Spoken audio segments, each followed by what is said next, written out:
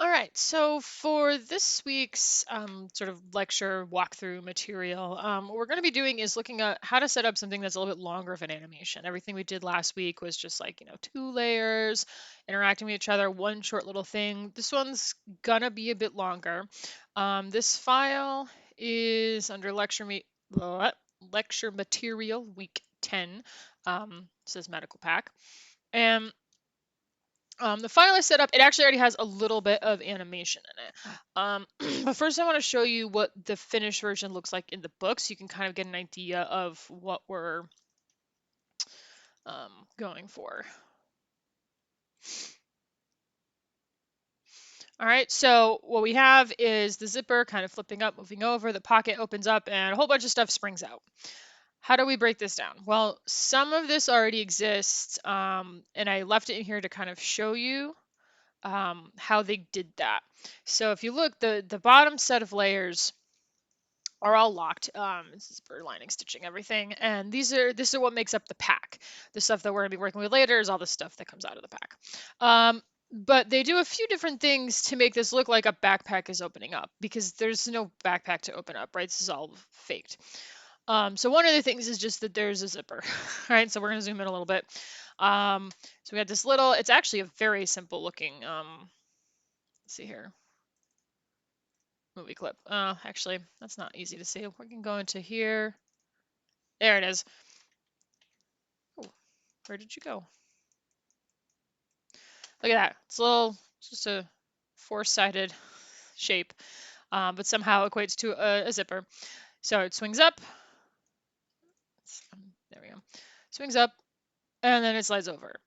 And it just does so with a little bit of panache because it slides over pretty quickly. It's got a little bit of a speeds up a little, then slows down, which means probably there's going to be, yeah, they've got some eases on here. Yep, speeding up and then slowing down again. They've also got a little bit of a slow start that they've put in there using keys, right? And then we get to this part, which is actually four different things happening at the same time. One thing is that the zipper is swinging down. So like this imaginary invisible hand pulled it and now it's done. So it's going to swing down and come to a stop. And you can see that it swings down and then back and then forth and then back. So it's got a little bit of a slowdown built into there. And then there are three different things that are shape tweening. I'm going to make two of them invisible, or one of them invisible real quick. So you can see here, if we ignore the pouch opening for a second, this outline here and the shadow are both moving in response to the pack opening. So it's not just that there's, this gaping maw opening up, which doesn't quite sell it as well, right? We've also got these other two pieces, and they're just being shape tweened. So these are very gentle changes. This is something shape tweening can deal with a little bit better. We were going for some like more major changes last week, but this is because many of the anchor points are staying in the same place. Like this is all staying in the same place. This is staying in the same place, and we're just moving these two out. We can get away with it a little bit better. So if I grab my, there we go. So we can see, yeah, this one moves a little bit, these two move a little bit, and everything else stays the same, which means it's not as likely to break. So, and the shadow is the same exact idea. Now, the other thing that's happening, and I'm going to make these two invisible for a moment so we can just see it, is there's a mask at work. If I unlock these for a second, you will see, did I make the right thing invisible? Yeah, okay. So see this green right here? That's a mask over the open pack, right? That's what it looks like when it's done. Like when the whole thing is said and done, that's what it looks like when it's open. So how do we get it to look like that line before? Well, we have a mask. And this mask starts off just being over the top of this, which is why it looks like just a line. and then it grows to reveal the whole thing. Oh, it's actually above it. Okay, there's actually, let's, zipper lining. So there is a line that always sits there so that we don't even have to worry about the mask. But then the rest of it is the mask growing to reveal the opening of the bag. And when we turn the mask back on, it looks like this. Right? So you got zipper swinging around, two different other things bending a little, and then this opening up. And that's how you can get this completed look of the bag opening. Right? So this is another use of masking where we're kind of doing a trick, because I've said before that bending things is not ideal in this program. Right? I'm saying that, witch's cape, we can't just like bend the cape really easy, which we can't. But if we break it down into three sort of separate, very simple component parts and squish them just a little, we can give the illusion of the bag opening up. So that's what's already done in this. What we need to do is the part where all the stuff springs out of the bag. And that is going to require some setup, and that's on purpose. I purposely got rid of what was set up because we need to go over how to move keyframes around and move stuff around and just generally deal with things, because your homework is going to require this and everything you do in the future, basically. So we're going to make sure that all of these are locked. I'll be honest, I'm not sure if layer 10 even has anything on it. It does not. So we're going to delete that for now. Nothing like having an extra layer in there. Okay, and then we're going to turn this on. And what results is that there is just a bunch of stuff hanging out here. Do not worry, when we are done, it will be masked and you will not see them until they kind of pop out of this. But until then, we have to, deal with it. So what are the things that we have to do to prep this for animation? Oh, stand by. These are not relabeled. Oh dear. I must have not saved this when I needed to. So these need to be labeled after, let's see, pill 1 and 2. I want to make sure if I click on it, it selects it so I know what is being selected. And then this would be Band-Aid 1. So I have done us the favor of putting all the different objects on separate layers to make things a little bit easier for us. But in future projects, you will have to do that on your own. And they're all labeled with the thing that's on the layer. So that's a stethoscope, that's a prescription bottle, Band-Aid, Band-Aid, pill, syringe. All right. But we have to turn these into movie clips. And I say it in the homework video as well, and I'll say it again and again. Unfortunately, there is no easy way to do this all at once. If I was to drag select all of the things that need to be movie clips right now and say modify, convert to symbol, a movie clip is a type of symbol, it's going to put them all into one symbol. And there's no way around that, which is unfortunate. But it does give us a little bit of a chance to remember our hotkeys and things. So one way to turn things into a movie clip is to go modify, convert to symbol. And I can say syringe, which is not how you spell it. There we go. Syringe. Make sure movie clip is what's selected and I hit OK. And now when I select it, it won't say group over here anymore. It'll actually say it's a movie clip. And let's see here. I can convert this. Band-Aid, etc., etc. I'm hitting F8 to convert things to symbols. I'm calling this one bottle because I don't feel like typing prescription. All right, so you can convert things into movie clips by going modify, convert to symbol. You can hit F8. You can also right-click and say convert to symbol. I know it's been like an age since we did this. Stethoscope. There we go. All right, and let's see, F8. There we have it. Technically speaking, we could have these be the same symbol, but we're not doing that this way because they're already on separate layers.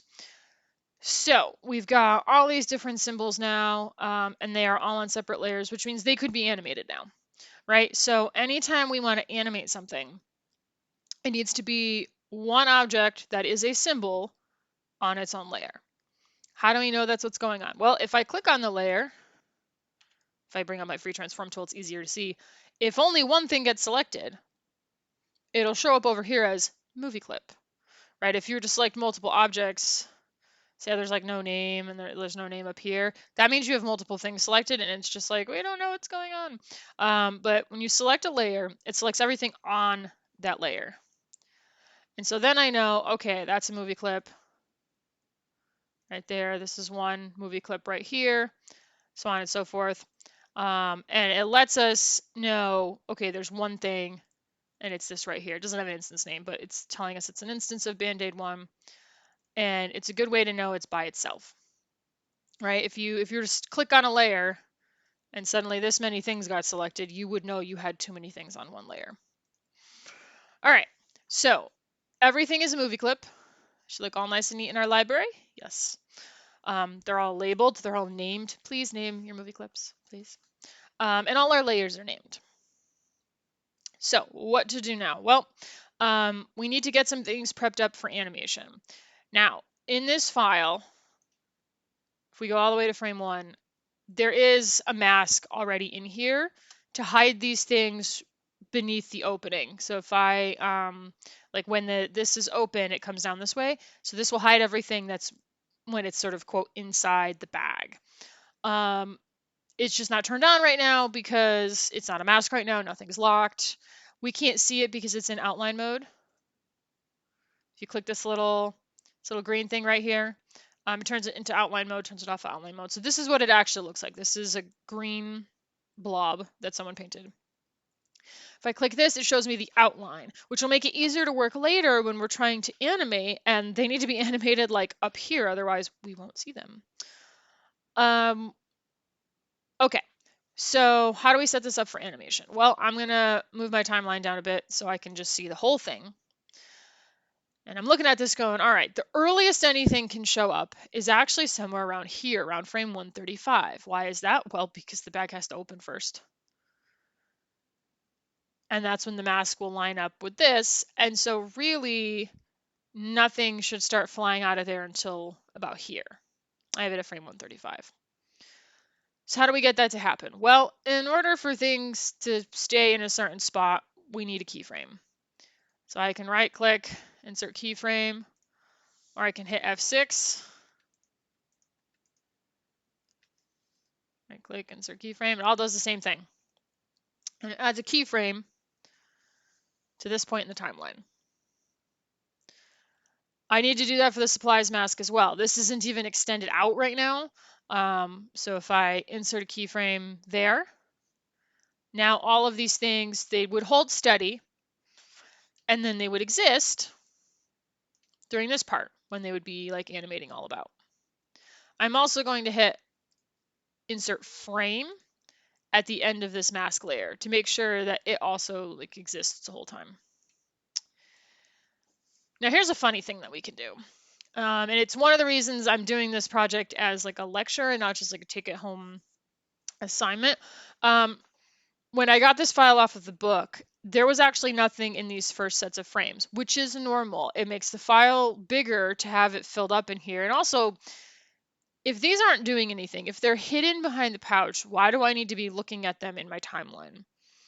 If I click anywhere in this front part, before that 135 keyframe, and I hit delete, it deletes the item from this part of the timeline and clears this up here. So I'm hitting delete. I'm clicking here to select the item, and then I'm hitting delete. And I do that for all of the objects that are in the bag. And now you can see these empty keyframes here. These are hollow. There's nothing on this part of the layer.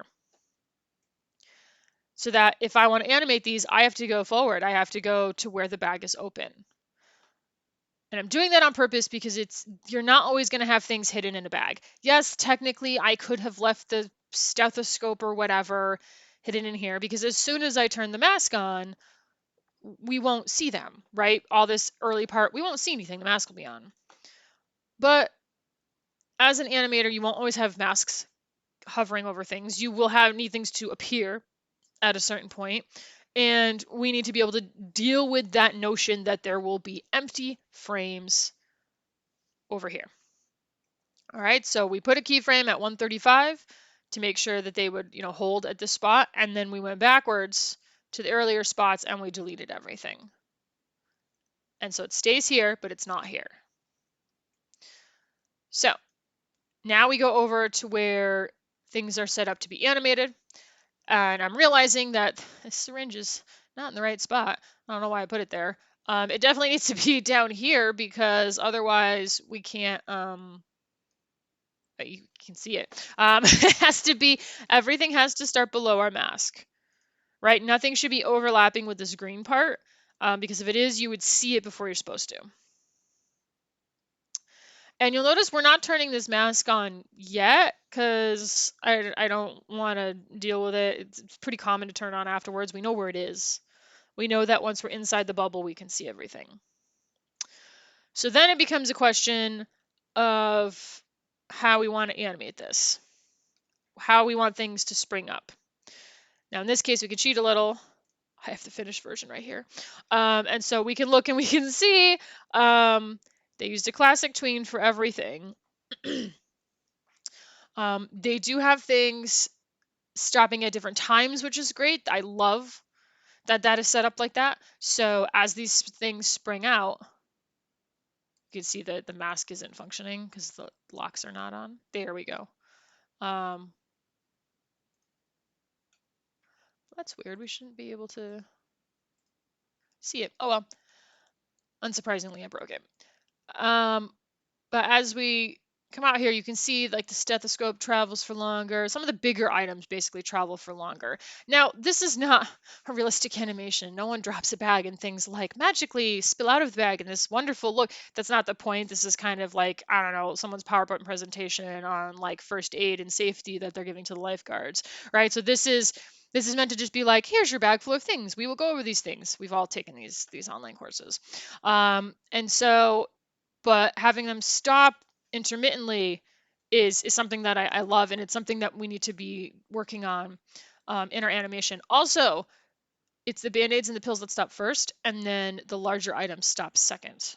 So larger things would have more momentum. Again, this is not the this is not how anything moves in real life, but our brains still look at this and go, well, this is small and then this is big, and so really, oh, these aren't locked.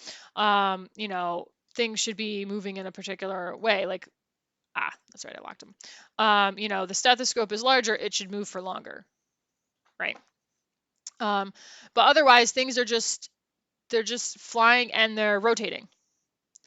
So you can see there's movement and there's rotation, and that's it. I don't even know if the stethoscope is rotating. We don't even see most of it. All that drawing was done for nothing. And then the last thing we can look at is we can see they're just using a basic ease. They're all easing out because they're slowing down. So they're easing out of their animation. Like, so the animation starts fast and gets slower. That makes sense too, even though, again, things do not fly up in the air and then stop magically. So knowing what the end game looks like, having this idea in mind, we can start to piece together an animation. And this really does happen like this, where it's one piece at a time, where you figure out one thing at a time. So I'm going to work with the stethoscope first. It's the largest item. If I can kind of figure that out, maybe I can figure out everything else. And it starts down here. I go forward a ways. And I can always move this later keyframe if I think it's moving too slow or too fast. I right click, I insert a keyframe, and I move this up. And I'm going to rotate it a little bit. I think things will look better if everything is like rotating a little. Right click, create classic tween. It is not rotating enough to catch my eye as rotating. So we're gonna,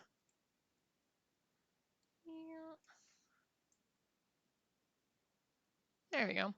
I can also, if I wanted to, change the beginning posture if I wanted it to seem like it was rotating more. And I'm going to do the same thing, prescription bottle, a little bit less time, insert keyframe. I'm going to have it come up like this, rotate like that. I got to make sure I stay inside this, otherwise we won't see it,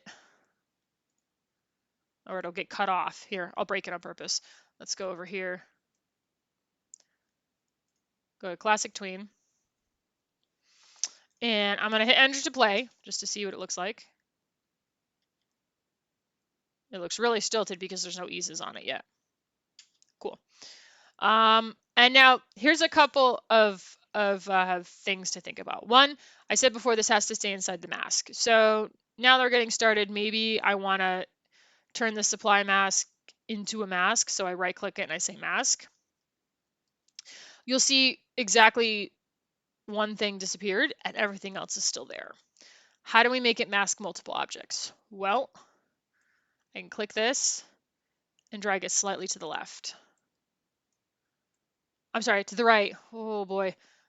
To the right, this way. We're basically dragging it till it indents. So you can see if I drag things over here, that white dot is to the left, but if I drag it just a little bit to the right, up and to the right, there, that's all the things. It does show them off, and then if I lock them, there we go. And you can see now that this is being cut off. So obviously if I want to change it, I have to unlock all the layers, but it's a good way to test how things are working. You set up your mask ahead of time. So again, right click, we turn this into a mask, and then each individual layer we have to drag up and to the right just a little bit until it indents. And then we actually have to lock everything for the mask to function. But as you drag them up and to the right, they should turn into a masked layer. I'm gonna do that because we definitely don't want that masked. And it's this layer with a hole in the center and also the page turned over. You'll see that the mask itself is just a layer with a hole in the middle. So that's kind of its key way of telling you which is a mask and which thing is masked. But obviously this needs to go over there. And then we can lock everything. I'm clicking and dragging down to get all of these things locked, and then clicking and dragging again to get them all unlocked. You do not have to go click, click, click, click, click. And you do not have to turn off and on everything either, because that will mess up other masks that are in here. So you can click and drag, unlock a bunch of stuff, click and drag, lock a bunch of stuff.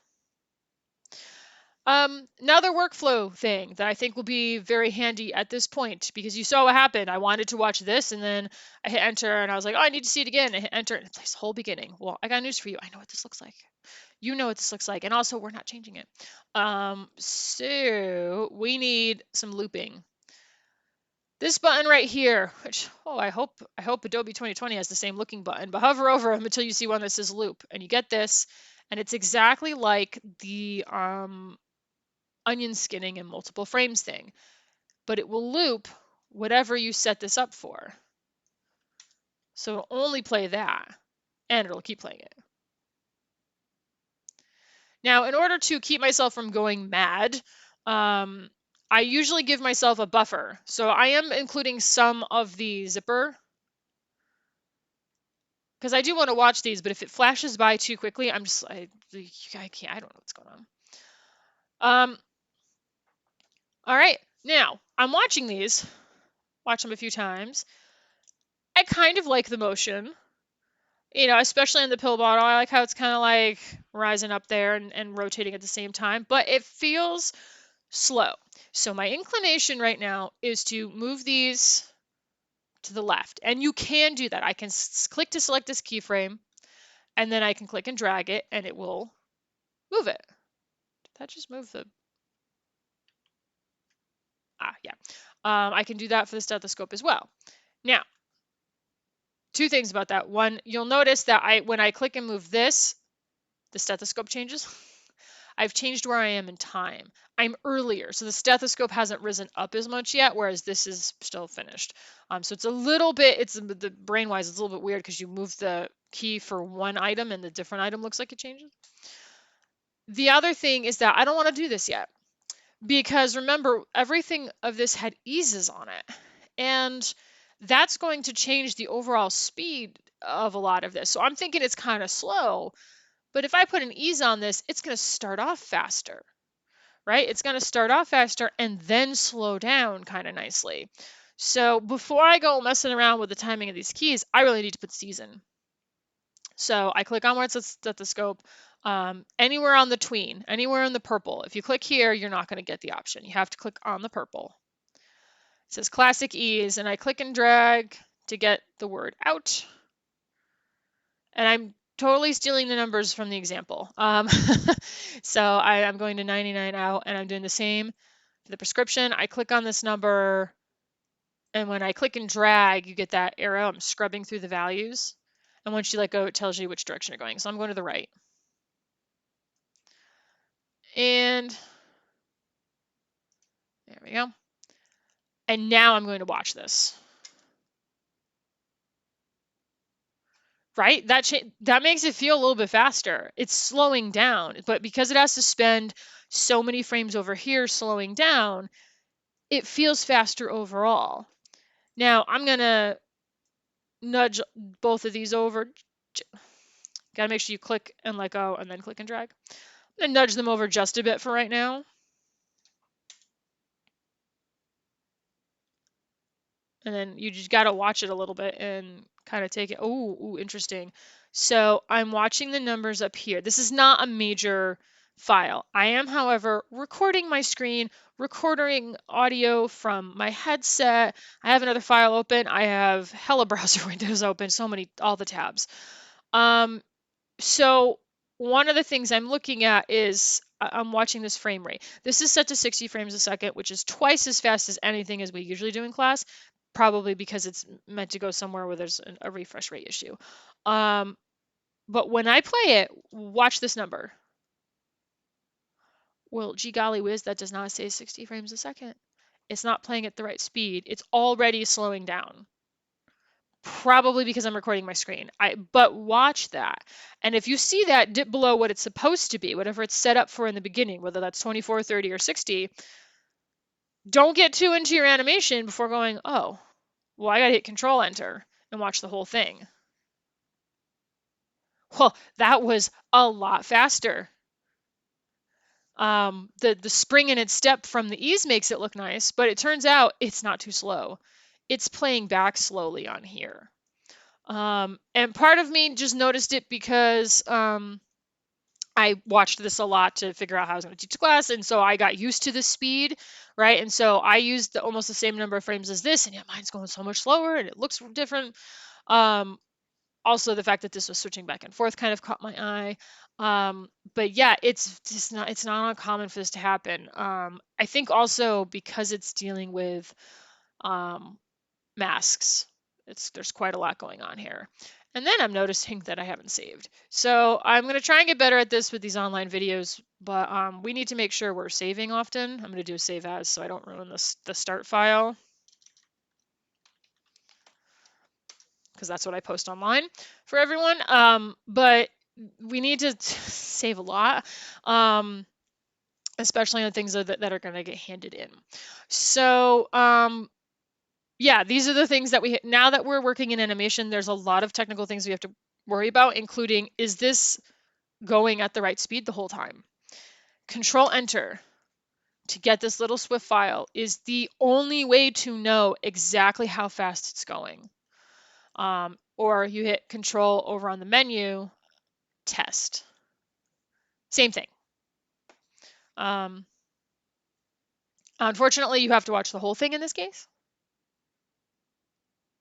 right? But that is the only way you will know exactly how long this is going on for. All right, so to review things we did in this video, we took all of our various objects and we converted them to movie clips. Wait, they're all locked, pardon me.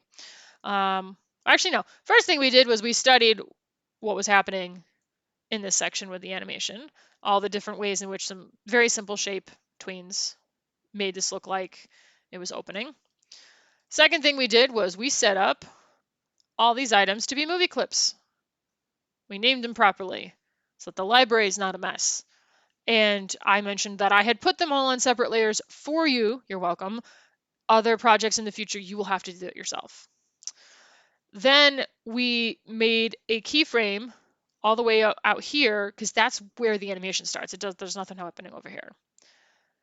Then we went back here and deleted all those items from this section because they don't need to be there. And now me as a person coming back to this file, maybe I'm a new person working on it, maybe I haven't worked on it in a while, I can look at this and go, oh, there's nothing here. Empty keyframes, empty frames, there's nothing here. Then we started thinking about our animation. We made sure everything existed kind of underneath, outside the mask at first. Then I went certain ways, put in a keyframe for an object, changed where it was, right click, I did add a classic tween or create a classic tween. Once I got the timing vaguely done for a couple of things, I then clicked on the frame and then turned the ease. It sets to classic ease by default, and I turned that all the way up to 99 in the direction of out so that it would start fast and end slow. So it's easing out of the action. Okay. That is the process, and that is the process you will continue for sort of your in-class assignment. I will briefly go over that in the next video.